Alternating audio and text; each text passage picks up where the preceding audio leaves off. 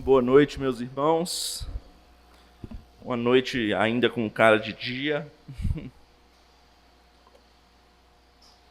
mas nos alegramos em estarmos aqui para louvarmos ao Senhor, e esse é o momento em que nós vamos ouvir a palavra do Senhor. Hoje estamos fazendo então o nosso culto em comemoração ao Natal, o dia em que Cristo veio ao mundo, e vamos ler uma das histórias referentes a esse dia. Abra sua Bíblia no Evangelho segundo escreveu Mateus, capítulo 2. Mateus, capítulo 2, versículos 1 a 12. Mateus, capítulo 2, versículos 1 a 12. Você lembra quando falam daqueles que eram os magos? Muitas vezes falam os 3 reis magos que visitaram a Jesus. Então vamos dar uma olhada no texto a respeito desta história.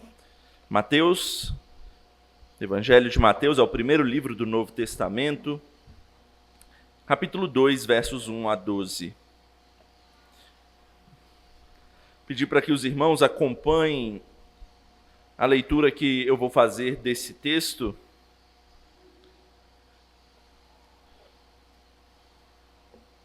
Talvez seja uma história conhecida, mas não deixe de prestar atenção na leitura. É a parte inicial onde a gente pega a base aí da história, para que a gente possa ouvir o sermão a partir desse texto que será lido. A palavra de Deus diz assim, Mateus 2, de 1 a 12. Tendo Jesus nascido em Belém da Judéia, em dias do rei Herodes, eis que vieram uns magos do Oriente a Jerusalém e perguntavam: onde está o recém-nascido rei dos judeus? Porque vimos a sua estrela no Oriente e viemos para adorá-lo.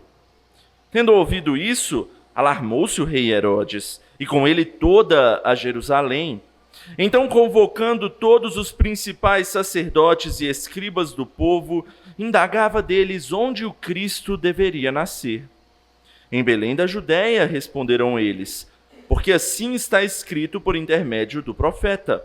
E tu, Belém, terra de Judá, não és de modo algum a menor entre as principais de Judá, porque de ti sairá o guia que há de apacentar a meu povo Israel.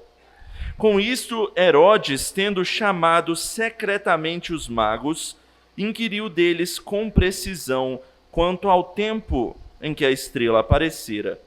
E enviando-os a Belém, disse-lhes: ide informar-vos cuidadosamente a respeito do menino, e quando o tiverdes encontrado, avisai-me, para eu também ir adorá-lo. Depois de ouvirem o rei, partiram. E eis que a estrela que viram no oriente os precedia, até que, chegando, parou sobre onde estava o menino. E vendo eles a estrela, alegraram-se com grande e intenso júbilo. Entrando na casa, viram o menino com Maria, sua mãe. Prostrando-se, o adoraram. E abrindo seus tesouros, entregaram-lhe suas ofertas: ouro, incenso e mirra. Sendo por divina advertência, prevenidos em sonho para não voltarem à presença de Herodes, regressaram por outro caminho à sua terra. Até aí a palavra de Deus, vamos orar. Santo Deus, obrigado, Pai, pelo registro dessa história na Tua palavra. Aparentemente parece uma simples narrativa que conta um fato que aconteceu, mas tem tanto a nos ensinar, e eu peço que o Senhor, ó Deus, abra os nossos corações para que sejamos edificados pela Tua palavra nessa noite. É o que eu peço no nome de Jesus. Amém. Você já sentiu aquela sensação boa de encontrar aquilo que você estava tanto procurando? Atualmente, como eu gosto muito de livros, eu sinto essa sensação quando eu encontro um que é bem difícil de achar. E acredite, né, tem tanto livro nesse mundo, tem uns que são difíceis de achar. Porque vira e mexe aparece um livro que alguém recomenda aí para mim, só que está esgotado, ou há muito tempo não lança, e você não consegue achar em lugar nenhum aquilo. Ou quando você acha, está a um preço absurdo. E aí fica difícil. Mas essa semana eu tive que ir lá no meu trabalho, no trabalho presencial, e eu passando por lá, eu sei que lá tem alguns sebo onde vende livro velho e usado, né? Eu resolvi dar uma passada por lá, e não é que nessas idas por lá eu consegui encontrar uma dessas pérolas que eu estava procurando. E o preço estava bom, era preço de capa do livro, boa qualidade, preço justo. E quando isso aconteceu, deu aquela coisa boa no coração, pelo menos para quem gosta, né? Deu aquela sensação de, nossa, achei algo que eu muito queria.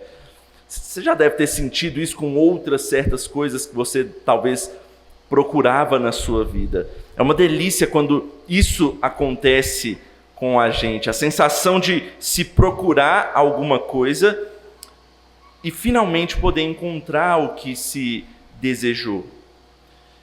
E a minha pergunta nessa noite, antes da gente iniciar, aquilo que esse texto nos diz é: o que é que você tem procurado? A maioria das pessoas procura por riquezas, procura por estabilidade, seja financeira, seja social, relacionamento com a pessoa dos seus sonhos ou qualquer coisa assim. Mas na procura por essas coisas, o que na verdade todo mundo está procurando é uma coisa chamada, talvez, felicidade.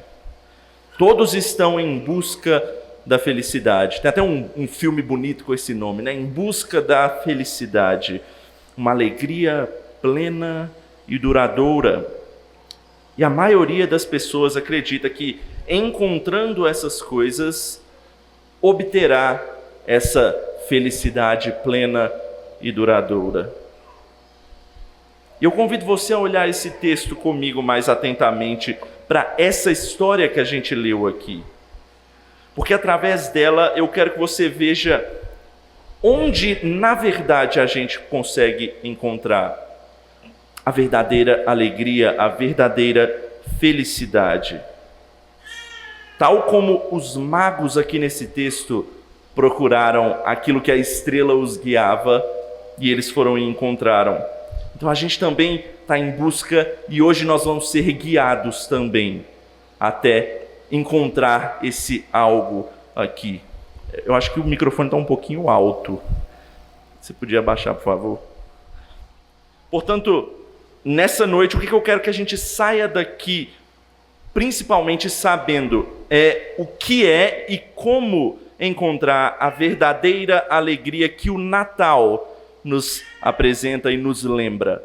Então, são duas coisas principalmente: o que é e como encontrar a verdadeira alegria que o Natal nos lembra. É o que esse texto vai nos trazer hoje. Então, em primeiro lugar, eu quero te mostrar que a verdadeira alegria, ela é algo global. Ela não faz acepção de pessoas. É para aquele. Não, é para todo mundo. Vamos dar uma olhada como é que o texto nos mostra isso? Veja aí, abra sua Bíblia mais uma vez e olha o que diz no verso 1 e no verso 2. Tendo Jesus nascido em Belém da Judeia, em dias do rei Herodes, eis que vieram uns magos do Oriente a Jerusalém e perguntavam: onde está o recém-nascido rei dos judeus? Porque vimos a sua estrela no Oriente e viemos para adorá-lo. Então o texto começa aqui nos informando que Jesus já havia nascido lá, na cidade de Belém. Ele também nos diz que isso ocorreu nos dias do rei Herodes. No caso aqui, Herodes era o Herodes o Grande, porque tem vários Herodes na Bíblia. Esse aqui era o primeiro que nos é apresentado, chamado Herodes o Grande. Que ele era um rei, mas mais ou menos um rei. Ele era rei da região ali dos judeus. Mas, na verdade, ele servia ao rei de Roma, que era o rei de toda aquela região. Era Roma quem dominava tudo. Só que esse rei, Herodes, ele era conhecido como um rei bastante tirano. Um rei que não dava satisfação para muita gente. E nesse contexto, vieram alguns magos do Oriente até a cidade de Jerusalém. Primeira coisa que você pode notar aí, a Bíblia não fala que eram nem 3 e que não eram nem reis. Porque tem muita gente que diz, né, os 3 reis magos. A Bíblia não fala nenhuma dessas coisas, né? A Bíblia fala que eram magos. mas certamente também não eram magos da maneira como deve vir na mente de muita gente hoje aí, sei lá, um homem com um chapéu pontudo que lança bolas de fogo. Não é essa concepção de mago que o texto nos diz. E ao longo dos tempos ficou sendo especulado e foi passado pela tradição que eram 3 por causa dos 3 presentes que eles dão, né? Como tem 3 presentes, ouro, incenso e mirra, eles então chegaram na conclusão de que eram 3. E como eram presentes caros, né? Ouro, incenso e mirra na época eram presentes caros, então deviam ser 3 reis. Então 3 reis magos. Mas não necessariamente eram 3 e eram reis. A Bíblia nos diz que eram magos. E magos, o que significa ser magos nessa época? Eram mais como pessoas mais sábias que buscavam informações através da astrologia ou coisas que não eram muito comuns das pessoas procurarem sabedoria. E é justamente por isso que eles seguem a Jesus por meio de uma estrela também. Veja, eles eram sábios que mexiam justamente com essa questão de astrologia. E aqui no texto, ou em qualquer outro lugar da Bíblia, você não vai achar muita informação sobre estes magos. A única coisa que a gente sabe é que eram magos e que eram do Oriente.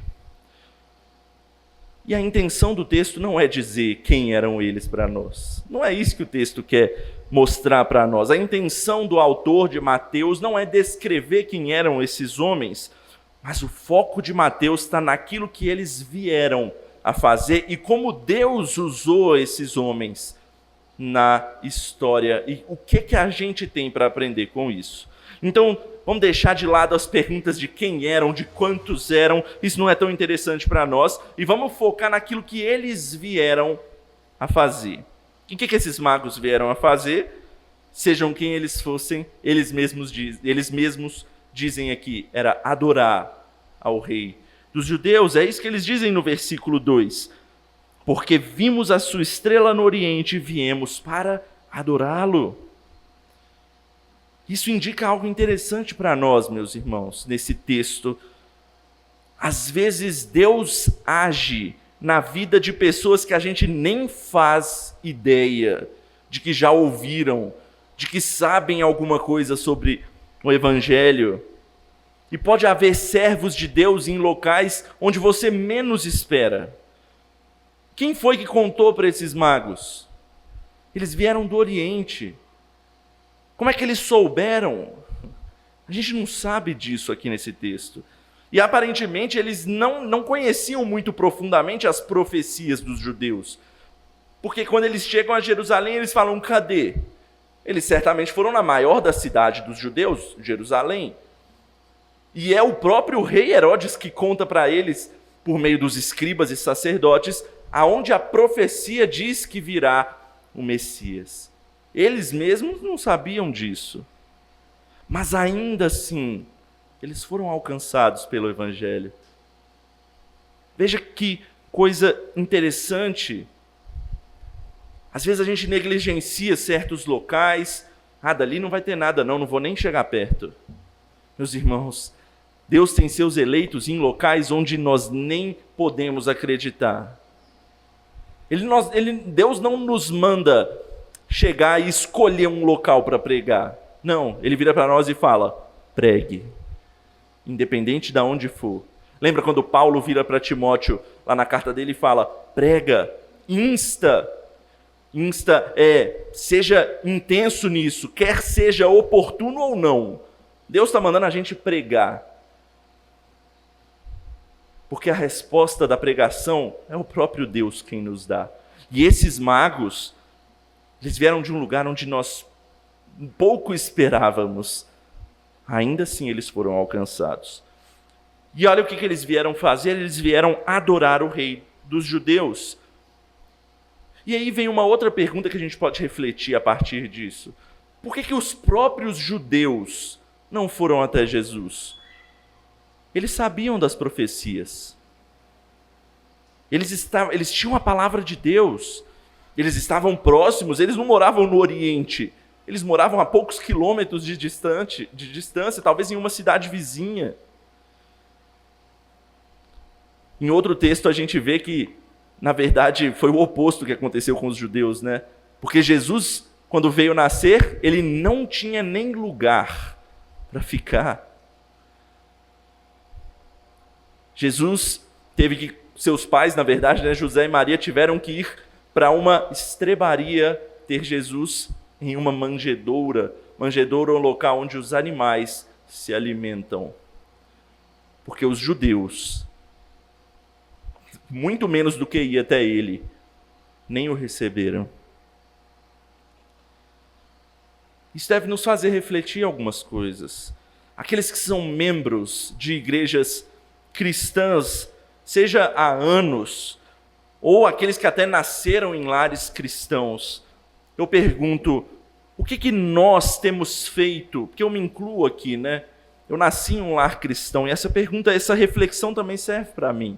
O que nós temos feito com o privilégio de estar constantemente em contato com o Senhor e com a sua palavra? Vocês podem dizer que realmente conhecem essa tal verdadeira alegria que eu iniciei aqui? E eu vou dizer, às vezes o costume é um negócio meio ruim. Está acostumado faz a gente perder algo tão precioso.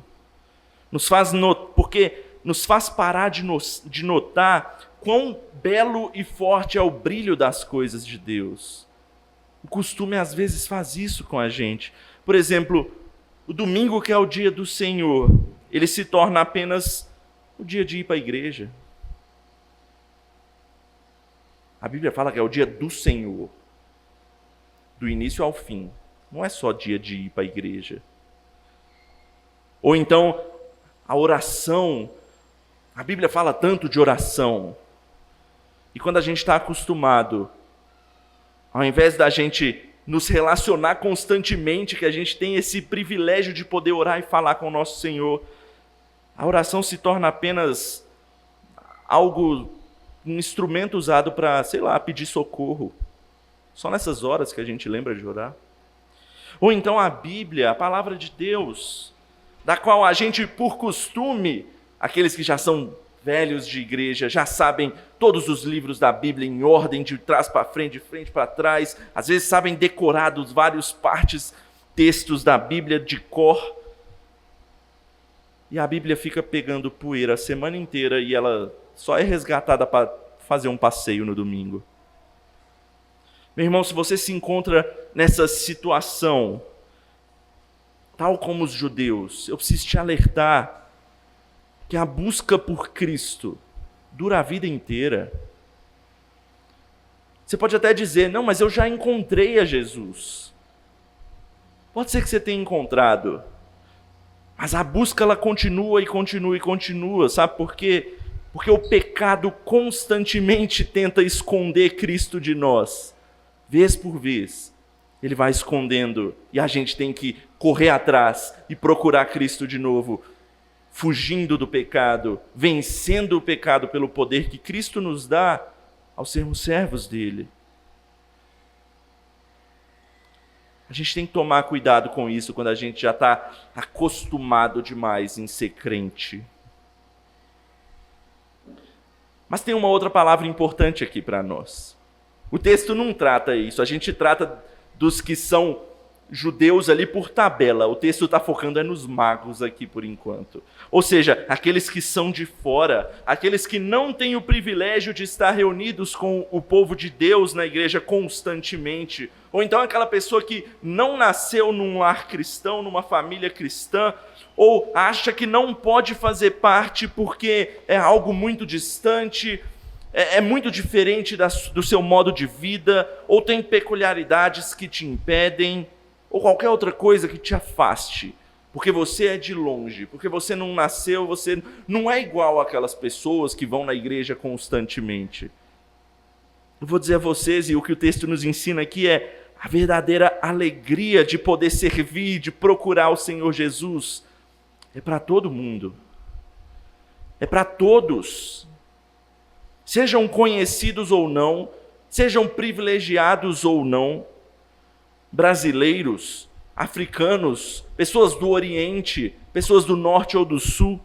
Tem até uma musiquinha de criança que eu me lembro quando eu falo isso, que é aquela Cristo ama as criancinhas deste mundo ao derredor. Aí tem para fazer a riminha, eu acho até engraçado.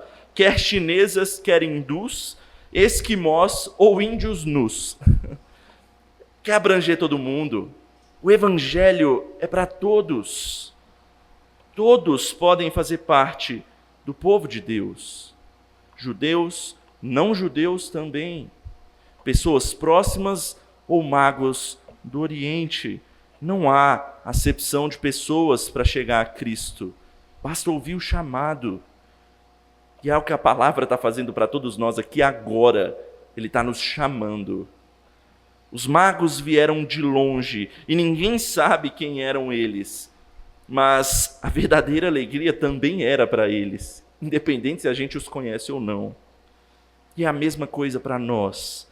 A verdadeira alegria é para todos nós. Basta fazer como os magos, crer, seguir ao chamado e vir adorá-lo. Foi isso que eles fizeram. E esse é o chamado também para a gente fazer. E quando eu digo a gente, eu digo o mundo inteiro, de uma maneira geral. Essa era a primeira coisa que a gente tinha que ver. Essa verdadeira alegria é para o mundo inteiro. Mas, em segundo lugar, o texto também vai nos mostrar que essa verdadeira alegria não é uma enganação, que é o que Herodes vai tentar mostrar. Mas não. Vamos ver aqui, ó. A verdadeira alegria não é uma enganação. Veja aí os versos 3 e 4, mais uma vez, do nosso texto. Olha o que diz o texto. Tendo ouvido isto, alarmou-se o rei Herodes e com ele toda Jerusalém. Então, convocando todos os principais sacerdotes e escribas do povo, indagava deles onde o Cristo deveria nascer. Então, quando os magos chegaram a Jerusalém, eles perguntaram onde é que estava o recém-nascido rei dos judeus. Eles não sabiam aonde Jesus iria nascer, onde o rei dos judeus iria nascer. Então, eles foram à maior das cidades, a cidade mais importante da Judeia, Jerusalém, perguntar. E perceba que eles não perguntaram onde estava aquele que se tornaria rei dos judeus. Eles não falaram isso. Eles falaram aquele que é o rei dos judeus, aquele que já nasceu rei dos judeus. E isso é no mínimo curioso ali para o rei Herodes principalmente, porque os judeus, em tese, já tinham um rei e era esse tal de rei Herodes. E é por isso que o texto nos diz que Herodes fica alarmado com aquilo que ele ouviu. Ora, se alguém nasceu com o título de rei dos judeus, estava no mínimo competindo com Herodes. E Herodes não gostava disso. E por isso que logo Herodes faz a ligação entre essa informação e a profecia dos judeus a respeito do Messias que viria. Então ele rapidamente vai e convoca todos os principais sacerdotes e escribas ali, que eram os principais intérpretes da lei de Israel, e porque eles sem dúvida saberiam algo sobre essa profecia. E é isso que os versículos 5 e 6 vão nos dizer no texto. Em Belém da Judéia responderam eles, os escribas e principais sacerdotes, porque assim está escrito por intermédio do profeta. E tu, Belém, terra de Judá, não és de modo algum a menor entre as principais de Judá, porque de ti sairá o guia que há de apacentar o meu povo Israel. Então os intérpretes da lei rapidamente informam ao rei o que a profecia dizia. Segundo a profecia, o Messias nasceria em Belém da Judéia. Não sei se você percebeu, mas eles leram o texto que a gente leu durante o culto, Miqueias, capítulo 5. Lá bem no início, foi o texto que eles utilizaram para mostrar para o rei Herodes. Ou seja, é uma profecia mesmo. A Bíblia profetizou há muitos anos atrás da vinda de Jesus, aonde Jesus nasceria. E o versículo 6 do nosso texto, ele nos dá um resumo do que está escrito lá. Lá diz que em Belém, uma cidade pequena em tamanho. Belém não era uma cidade lá muito importante. Mas ela era pequena, mas não seria de modo nenhum tão pequena mais. Por quê? Porque lá nasceria o guia que ia apacentar o povo de Israel. A cidade de Belém ficou importante por causa dessa profecia, de que o Messias ali nasceria. Será que o rei dos judeus, é o rei dos judeus que os magos estavam dizendo ao rei Herodes? Foi exatamente o que o rei Herodes pensou, fez essa ligação bastante possível, e ele então pretendeu tomar certas atitudes a partir de ter essa informação. Você se lembra que eu disse que esse rei Herodes era conhecido por ser um rei tirano? Pois é, justamente por isso que no versículo 3 aí do nosso texto, quando ele nos diz que Herodes ficou perturbado com a pergunta dos magos, eu tenho certeza que toda a cidade de Jerusalém também ficou perturbada. Porque a população de Jerusalém já conhecia o rei Herodes e sua tirania. Esse Herodes aqui, ele é tão paranoico e cruel que a história nos conta que ele mandava matar todos aqueles que fizessem qualquer tipo de ameaça ao trono dele. Até se fossem familiares dele. Você sabia que esse Herodes, para não ter sucessão do trono, ou que algum dos seus sucessores pudessem tomar o trono dele antecipadamente, seus filhos ou sua esposa, seus familiares, o que ele fez? Ele matou seus filhos, sua esposa, para que isso não tivesse chance de acontecer. Tamanha tirania desse rei, tamanha loucura, paranoia em ter o trono para ele.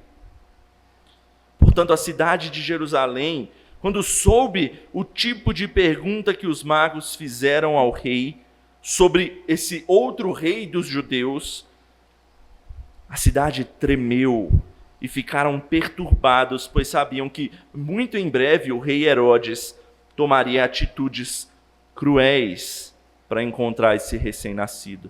A gente sabe que ele faz isso. Se você continuar lendo aí o texto de Mateus, depois desse que a gente está expondo hoje, você vai ver que Herodes, os magos, eles não retornam para avisar Herodes. O que Herodes faz? Ele manda matar todos os bebês de até 2 anos, não lembro aqui o que o texto fala, mas manda matar todos os bebês de até 2 anos no texto.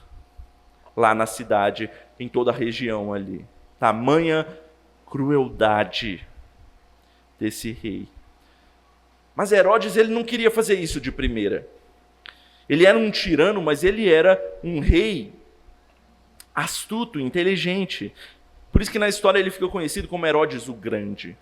E é por isso que a primeira atitude deles é chamar os magos secretamente para conversar com eles. Se o povo soubesse que eles estavam tomando algum tipo de providência, o povo ficaria mais assustado ainda. Então o que ele faz? Ele secretamente chama os magos para maquinar com eles seus planos diabólicos. Veja aí os versículos 7 e 8 do texto. Com isto, Herodes, tendo chamado secretamente os magos, inquiriu deles com precisão quanto ao tempo em que a estrela aparecera. E enviando-os a Belém, disse-lhes: Ide informar-vos cuidadosamente a respeito do menino. E quando o tiverdes encontrado, avisai-me para eu também ir adorá-lo.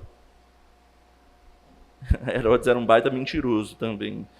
Mas veja que primeiro ele chama os magos em secreto, porque ele queria saber qual foi o tempo em que a estrela apareceu. Por que ele queria saber isso? Por que ele estava interessado nisso? Porque se ele soubesse em quanto tempo a estrela nasceu, logo ele deve ter pensado, o menino nasceu quando a estrela apareceu, então agora eu sei a idade dele. Por isso que depois ele manda matar os recém-nascidos até 2 anos. Ele tinha certeza de qual era a idade do menino.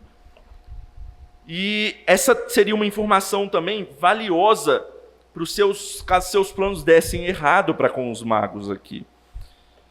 E ele então coloca o seu plano em ação e diz aparentemente de maneira amigável para aqueles magos: vejam, eu não sei se o que vocês estão me dizendo é verdade, Mas eu consegui uma boa informação para vocês. Como se Herodes estivesse falando isso para os magos.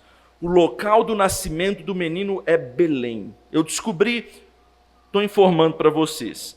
Então vocês vão fazer um favor para mim. A ideia de Herodes era essa. Vocês vão se informar a respeito desse bebê, se ele realmente existir, se vocês o encontrarem. E aí, vocês voltam, quando vocês estiverem voltando para a cidade, vocês voltam aqui e me avisem. Por quê? Porque eu também quero adorá-lo. Vocês não vão lá adorar ele? Eu também quero adorar ele. Aí vocês vêm e me avisam. É uma troca, eu te dei uma informação, você também me dá uma informação de volta. E Herodes então achou que tinha os magos em suas mãos e ele bolou seu plano maquiavélico aí. Quando os magos encontrassem os meninos, eles os avisariam. E o que Herodes ia fazer certamente?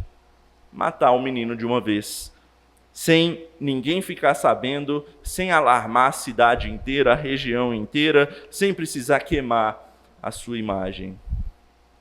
Esse era o plano astuto do rei Herodes. E algo que isso nos ensina, e que a gente pode pensar a partir disso daqui, é quantos Herodes a gente também, Herodes aí, entre aspas, a gente tem na nossa vida também. O mundo está cheio de obstáculos que nos atrapalham na nossa caminhada cristã, meus irmãos. Não pense que a vida cristã é uma coisa fácil, um caminho limpo e livre. Não. O mundo, o diabo, às vezes nós mesmos, o nosso pecado nos impõe vários obstáculos. E às vezes esses obstáculos parecem ser amigáveis, como Herodes foi para esses magos aqui. O mundo nos oferece coisas que parecem que vão nos dar toda a felicidade que a gente precisa. É o que o mundo muitas vezes chega para nós e cochicha aqui no nosso ouvido. Mas no final é pura enganação. O caminho para o dinheiro, o caminho para o embelezamento, o caminho para a popularidade e várias outras coisas que o mundo tem a nos oferecer, aparentemente parece ser algo amigável para nós. Mas tudo isso não é nada perto da alegria verdadeira que esse texto nos ensina. O dinheiro um dia acaba, a beleza um dia se vai também, os amigos nem sempre estão por perto, as alegrias desse mundo nos enganam. E eu não estou dizendo que a gente não pode buscar por essas coisas. É claro que é bom ter um dinheiro para a gente ficar mais estável. É claro que é bom ter vários amigos. É claro que é bom também cuidar da nossa saúde, da nossa beleza. Não tenho o menor problema com nenhuma dessas coisas. Mas se você torna isso o seu objetivo final de vida, aí sim a gente chega em um problema. As alegrias que esse mundo diz que a gente tem que buscar, e obviamente manda a gente trocar isso pelas coisas de Deus, elas enganam. Por exemplo, o que mais temos são artistas ricos, belos e populares. Eles têm todas essas coisas, mas completamente infelizes. Muitos artistas tiram suas próprias vidas por não aguentarem isso. O mundo disse para eles que, tendo aquilo que eles têm, eles vão ter tudo o que é necessário para ser felizes. Mas quando eles chegam lá e falam, eu ainda não sou feliz, o que eu faço agora, se eu já atingi o topo? Eles escolhem dar fim às suas vidas. Meus irmãos, a verdadeira alegria é uma alegria que tem que ser plena e eterna. E esse mundo não tem essa alegria para a gente. Não é nesse mundo que a gente vai encontrar isso daqui. A verdadeira alegria, ela não é essa enganação que muitas vezes o mundo tenta mostrar para a gente. O que é então essa alegria? Terceiro e último lugar. a gente vai ver que essa alegria não é algo que você vai encontrar aqui nesse mundo, ou que você vai segurar em suas mãos, ou que vai vestir, ou que vai usar, ou que vai poder gastar. Não. A verdadeira alegria, uma alegria que é para todos e que não tem fim, ela tem um nome e ela veio a esse mundo se encarnando em um bebê. E o texto nos mostra que a estrela também mostrou aos magos que é Jesus. A verdadeira alegria foi hoje aqui cantada por meio de hinos, lida na palavra e agora sendo anunciada aqui nesse texto. É a alegria que a gente comemora no Natal. E o nome dela é Jesus. Vamos entender por quê? Vamos ver o restante do texto. Verso 9. Depois de ouvirem o rei, partiram, e eis que a estrela que viram no oriente os precedia. Até que chegando, parou sobre onde estava o menino. E vendo eles a estrela, alegraram-se com grande e intenso júbilo. Entrando na casa, viram o menino com Maria, sua mãe. Prostrando-se, o adoraram. E abrindo seus tesouros, entregaram-lhe suas ofertas, ouro, incenso e mirra.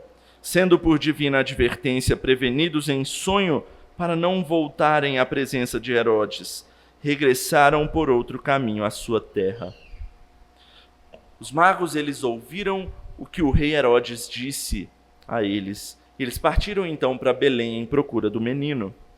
E aqui mais uma vez Deus os guiou por meio da estrela que foi os precedendo até chegar e parar acima de onde Jesus estava.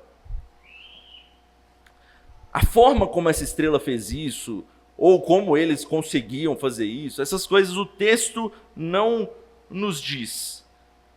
Mas isso também não faz tanta diferença para nós. É certo que a estrela os guiou e apontou o exato local onde estava Jesus, em Belém. E os magos, ao perceberem que a estrela havia parado, o texto diz que eles se alegraram. E não foi uma alegria qualquer. Foi um grande e intenso júbilo que eles tiveram. A ênfase que o texto nos dá. Não é aquele tipo de alegria de quando você dá uma risada, até uma gargalhada. Não. Não é uma alegria como quando você ganha um presente de aniversário ou de Natal. Porque esse tipo de alegria é uma alegria que vai rapidinho ali e ponto. É muito mais que isso. É aquele tipo de alegria que quando você encontra aquilo que você realmente precisava encontrar. É aquele tipo de alegria que todo mundo anseia. É a alegria de encontrar solução para os seus problemas. É a alegria de encontrar um rei, que não é só o rei dos judeus que eles estavam falando, mas é o rei dos reis, do mundo e de tudo que nele há, que a gente leu lá no Evangelho de João, hoje no início do culto. Aquele que é o verbo que veio a esse mundo e por intermédio dele o mundo inteiro se fez. É esse rei, é a alegria de ver aquele que vai mudar a história e a vida de todo aquele que nele crê. É certo que talvez os magos nem sabiam disso tudo. Mas eles, sem dúvida, perceberam que aquele não era um acontecimento comum. A questão é que nós sabemos por quê. Uma estrela guiou os magos à casa onde estava o menino da antiga profecia. E isso é completamente extraordinário para eles. Por isso eles se alegram excessivamente, pois o próprio Deus mostrou isso para eles e colocou essa alegria no coração deles. E hoje nós estamos aqui. E Deus também coloca essa alegria no nosso coração. Aqueles que servem ao Senhor Jesus e o seguem e o buscam, Deus também coloca essa alegria intensa no nosso coração.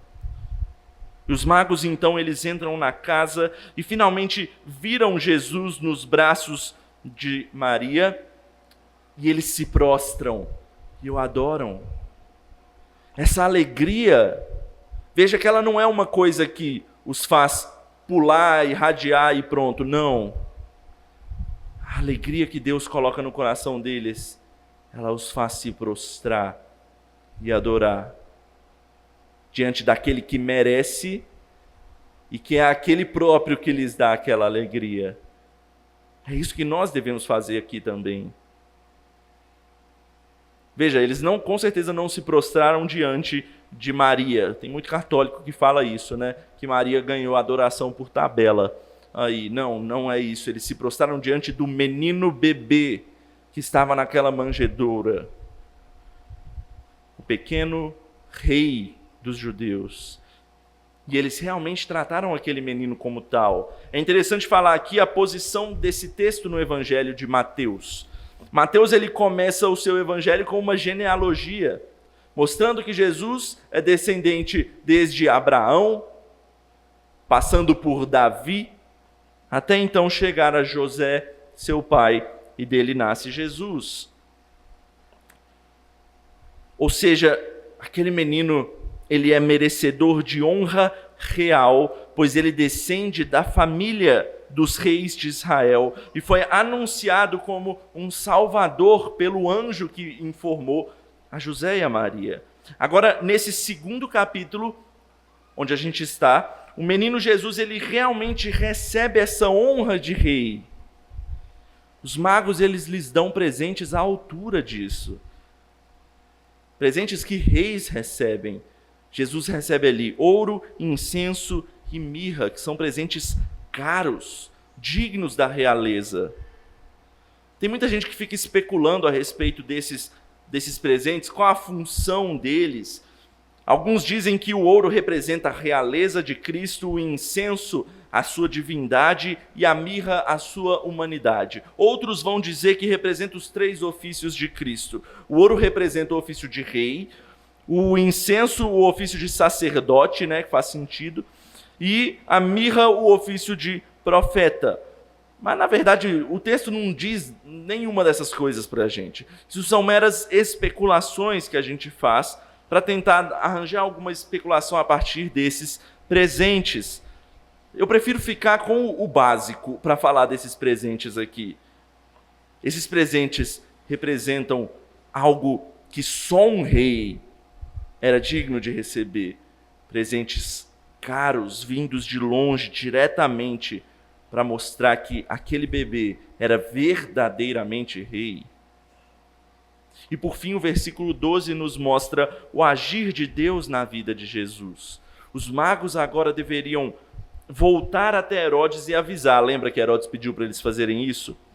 E assim o plano de Herodes estaria completo e ele poderia matar então aquele bebê e a ameaça ao seu reino.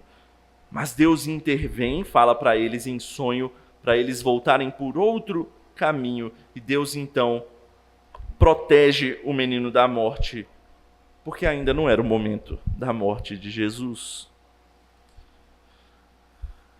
Irmãos, a gente está em época de comemorar o Natal aqui. E o verdadeiro sentido de comemorar o Natal é celebrar o nascimento desse bebê, desse rei, que tal como os magos fizeram, merece toda a glória e adoração. Toda a alegria que a gente sente nas celebrações de Natal, os presentes, as mesas fartas muitas vezes, tudo isso não existiria se não fosse por causa desse bebê. Mas o Natal é muito pouco para se comemorar o nascimento do Rei Jesus. Na verdade, não existiria verdadeira felicidade se não fosse o nascimento desse bebê. E você pode estar se perguntando, por que é que esse bebê é a razão da felicidade verdadeira? Como a gente viu ao longo dessa mensagem, a verdadeira felicidade não pode ser encontrada nesse mundo, porque esse mundo ele está sujo em pecado. E a Bíblia diz que o pecado leva à morte. E não é qualquer morte, é uma morte sem fim, é uma morte eterna. Todos nós somos pecadores e precisamos de que alguém nos salve. A gente leu isso, lembra nas perguntas do catecismo? Por nós mesmos, nós não conseguimos nos salvar dessa morte. Nós não conseguimos vencer o pecado. Ninguém consegue. Na verdade, há apenas um. E a esperança veio em forma de bebê, numa manjedoura. E esse é Jesus, o bebê que deu origem ao Natal. O bebê Deus que cresceu, viveu nesse mundo, ensinando ao mundo como se deve viver de maneira correta. Mas ele sabia que os homens não conseguiriam viver dessa forma, então ele tomou para si os pecados de todos aqueles que creram nele e os levou até a cruz e sofreu a morte por nós, no nosso lugar. E a Bíblia diz que, e esse é o ponto alto, ele não ficou morto, ele ressuscitou e hoje está preparando o lugar no céu, o lugar onde não há choro, nem dor, nem enganação. Ele está preparando o lugar para todos os que nele creem. E é isso que esse bebê representa. É isso que esse Natal representa. É por isso que ele é, e pode ser chamado de a verdadeira alegria. Ninguém pode tirar a alegria de sermos salvos em Jesus dos nossos corações. Nem o pecado, nem a morte, nada pode nos separar do amor de Cristo. E é isso que o Natal tem que representar para nós. No Natal a gente se alegra, mas porque Jesus nos dá a maior das alegrias. E é isso que o Natal representa para nós, a esperança de uma alegria plena e eterna ao lado do nosso Salvador. E eu volto à pergunta que eu fiz no início. O que é que nós temos procurado que nos traz, para nos trazer felicidade? Eu disse que nesse mundo a gente não vai achar. Você pode achar coisas que te alegrem aqui, mas não uma alegria plena e verdadeira. Sempre vão ser alegrias que vão acabar. Nem no trabalho dos seus sonhos, nem ao lado da mulher que você tanto ama, ou do homem mais belo desse mundo. Só existe um caminho para a verdadeira felicidade. E a Bíblia nos diz que Jesus é esse caminho, a verdade e a vida. Mas eu vou dizer algo final para a gente terminar aqui para você. Jesus não é o tipo de coisa que se acha. A gente não conseguiria encontrar a Jesus se essa não fosse a vontade dele. Por isso, na verdade, ele é quem veio ao mundo para nos encontrar. No Natal nós recebemos presentes muitas vezes, mas o maior presente é o próprio Cristo que nos dá. E nessa noite, aqui nesse local, Cristo nos encontra. E ao invés da gente poder dizer, eu achei a minha procura ou qualquer coisa assim, a gente pode dizer que nós fomos achados por Ele. Foi Ele quem nos encontrou, foi Ele quem nos chamou, foi Ele quem nos trouxe até aqui. E essa é a maior das alegrias. Ele nos trouxe até aqui, Ele nos dá a salvação. E é a partir daí que tudo muda. Então, meu irmão, não diga mais eu achei, diga eu fui achado por Ele. E isso é que muda a nossa vida. Vamos orar? Obrigado, Deus, porque o Senhor nos encontrou quando nós estávamos perdidos em nossos pecados, Pai. Se não fosse o Senhor nos dando nova vida, novo coração, mudando o nosso caminho, nós jamais chegaríamos até o Senhor. É por isso que o presente do Natal é o Senhor quem nos dá.